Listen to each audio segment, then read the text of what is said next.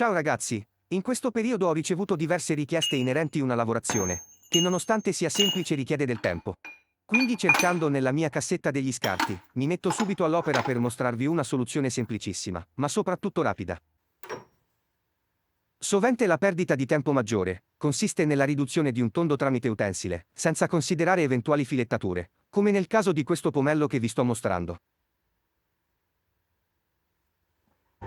Adesso mettiamoci all'opera e vediamo una soluzione che permette di risparmiare del tempo prezioso.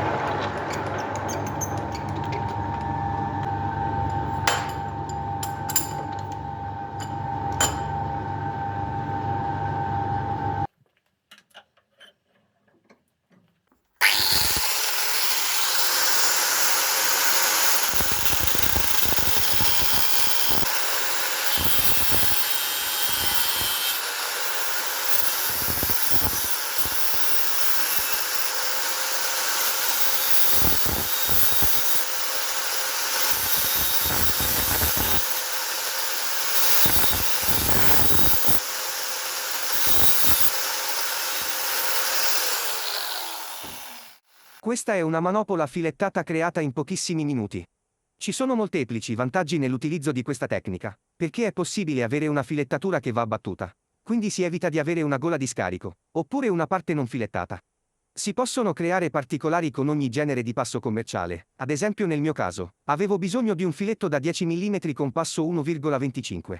Senza contare che è possibile creare particolari filettati con lunghezze anche maggiori di questa che vi sto mostrando. Per concludere, con questa tecnica è possibile saldare tra loro particolari con gradi di resistenza diversi. Se siete interessati, nel mio canale potete trovare diversi video dove ho trattato tramite frizione i particolari. Mi auguro che il video vi sia piaciuto. Grazie.